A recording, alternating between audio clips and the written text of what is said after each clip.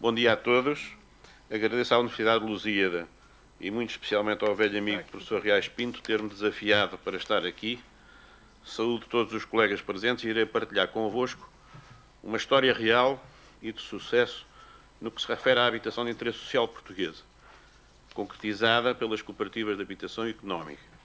Boa parte delas associadas na Federação Nacional de Cooperativas de Habitação Económica, a FENAS.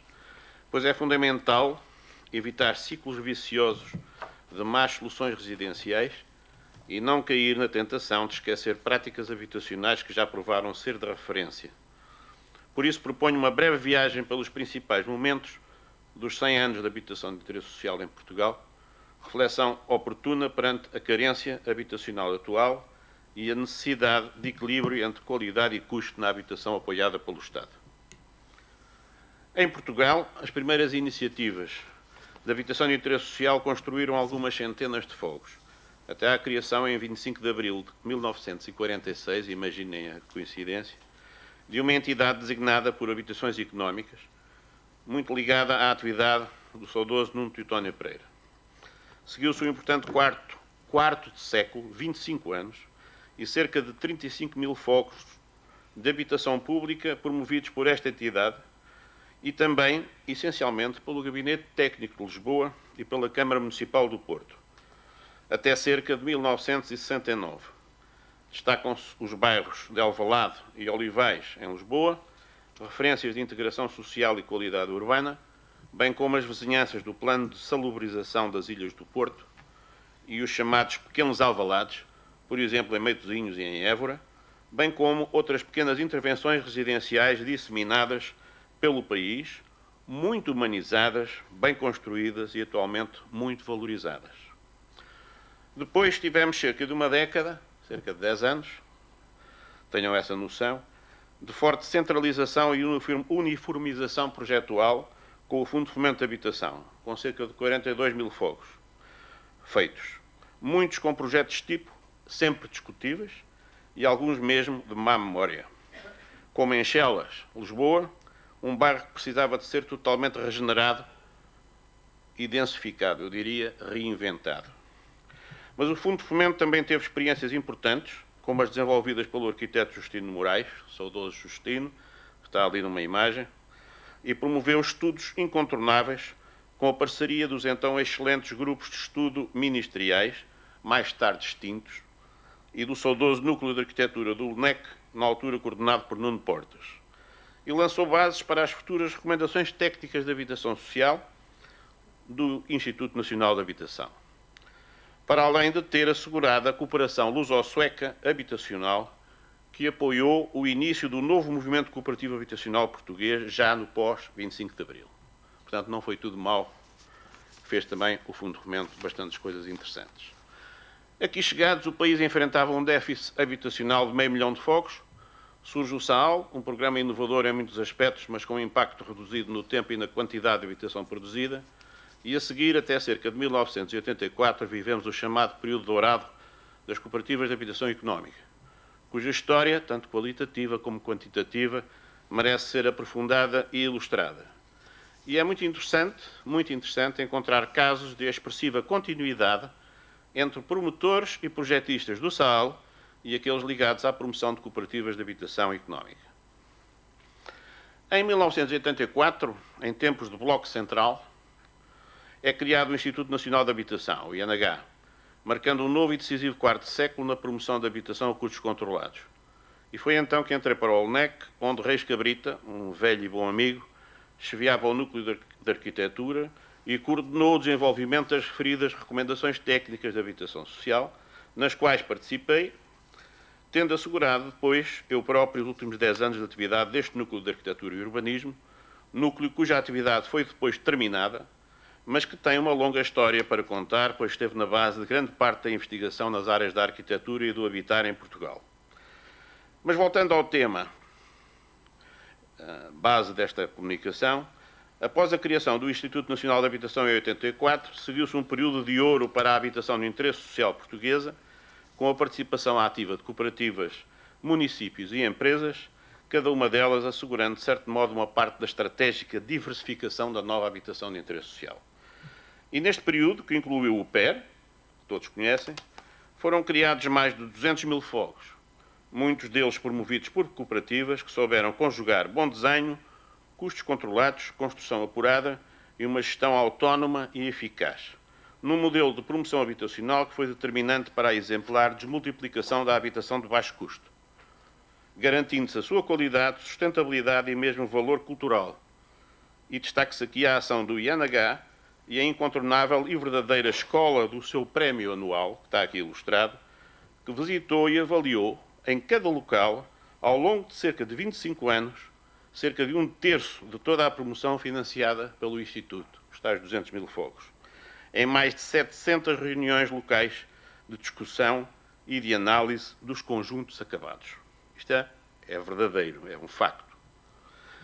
A Federação Nacional de Cooperativas de Habitação Económica e os seus coordenadores, desde sempre o Guilherme Vilaverde, apoiado pelo saudoso Barreiros Mateus, estiveram no centro de todo este processo, com um trabalho muito sério e consistente ao longo de dezenas de anos. E atuaram sempre em várias e renovadas frentes, do desenho arquitetónico à criação de vizinhanças bem equipadas, à satisfação dos moradores e a uma gestão urbana inovadora. E focando aqui, a título de referência, a atividade da cooperativa Às Sete Bicas, de Matosinhos, lembramos como exemplos a humanização do desenho do fogo e da vizinhança, nas diversas fases do carriçal, a qualificação e a sustentabilidade ambiental, como no bairro da Ponte da Pedra, que ganhou um prémio internacional nessa área, a integração intergeracional em Guifões e, bem recentemente, na Casa do Estudante, a valorização cultural arquitetónica global através da introdução de arte urbana, tantas vezes aplicadas, e a rara reabilitação do nosso património histórico e habitacional, como no bairro da Bolsa. E todas elas foram ações pioneiras e exemplares que marcaram a prática de muitos outros conjuntos e pequenos bairros de muitas outras cooperativas. Importa salientar que as cooperativas da FENACH partilharam uma visão, um inconformismo social e habitacional, aliado ao objetivo de criar espaços para todos, mas com a qualidade que qualquer um de nós deseja e exige para si próprio. A grande diferença da promoção cooperativa reside exatamente nisso. Não se trata de fazer habitação para os outros, mas sim de construir espaços onde qualquer pessoa quer viver, numa abordagem que também se caracteriza pela participação ativa em todo o processo, desde o projeto à gestão, garantindo suplementarmente a tão importante diversidade residencial e a tão difícil, mas vital integração sociocultural em cada vizinhança. Pois os vizinhos cooperantes são socialmente muito diversificados. Eu falo por experiência própria. Tenho uma casa em cooperativa onde ainda vive o meu filho mais novo. E uma diversidade e qualidade tipológica que fica evidente em tantos casos que podemos visitar e onde as cooperativas trabalharam com excelentes arquitetos, com as melhores empresas de construção, construindo um enorme leque de propostas e soluções residenciais, desde as mais elaboradas e desenhadas, às mais marcadas por aspectos de economia da construção. Economia esta, hoje em dia, fundamental e que merece urgente e prático desenvolvimento. Outro aspecto também fundamental é a qualidade da construção aliada à facilidade de manutenção. Eu vou chamar a atenção muito especificamente para esta imagem. Porque os futuros moradores terão modos de vida diversos e não podemos aceitar soluções que levem a reabilitações frequentes e dispendiosas. Trata-se de cuidar da coisa pública, devia ser assim. E a promoção cooperativa habitacional esteve na linha da frente deste equilíbrio, combinando boas soluções construtivas com uma gestão de proximidade eficaz e humana. Sabemos que não é fácil fazer habitação de interesse social em grande quantidade e com qualidade, mas muitas cooperativas fizeram, alguns municípios também, e muitas empresas também, assegurando a construção desses conjuntos cooperativos e municipais, e mesmo em casos de promoção própria pela parte das empresas, desde que bem enquadrada pelos respectivos municípios. Senão, a situação é muito distinta.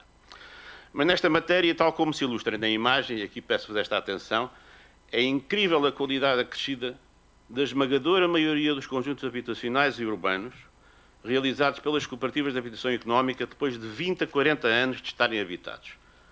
Vejam isto entre estas imagens.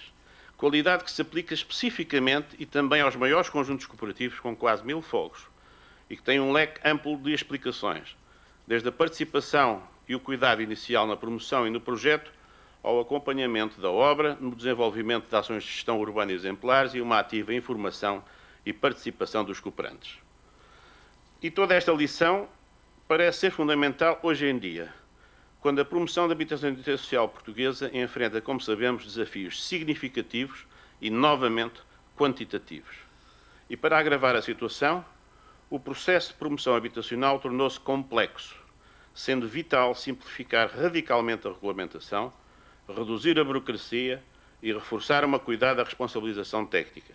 Tenha em conta um essencial perfil curricular habitacional. Nem toda a gente consegue fazer a habitação de interesse social bem feita. E tanto as habitações económicas em 1950 como o INH em 1984 demonstraram durante muitos anos ser possível apoiar e certificar eficazmente todo o processo. Ainda um outro aspecto faz a diferença da promoção das cooperativas de habitação económica, é que nós, para além de fazermos espaços de habitar para nós próprios e onde todos desejam habitar, e não para habitantes sem rosto, naturalmente, numa perspectiva de informação, participação e adaptabilidade das soluções, não fazemos apenas fogos, nem fazemos apenas edifícios. Desde sempre, as cooperativas da FENAS procuraram fazer vizinhanças, criar espaços que apoiem e promovam um convívio natural e associar equipamentos locais e conviviais aos conjuntos residenciais. E tentando, ao máximo, garantir a vitalidade desses equipamentos e desses espaços de vivência comum, no caso dos edifícios, e pública, vivência pública, no caso dos conjuntos residenciais. Temos diversidade e adequação tipológica, durabilidade e boa gestão local e promoção de uma vizinhança natural e ativa. Mas, para além de tudo isto, as cooperativas de habitação económica distinguem-se ainda, porque descentralizam e qualificam todo o processo habitacional, evitando o modelo centralizado e padronizado que tantas vezes resultou em fracassos habitacionais e sociais.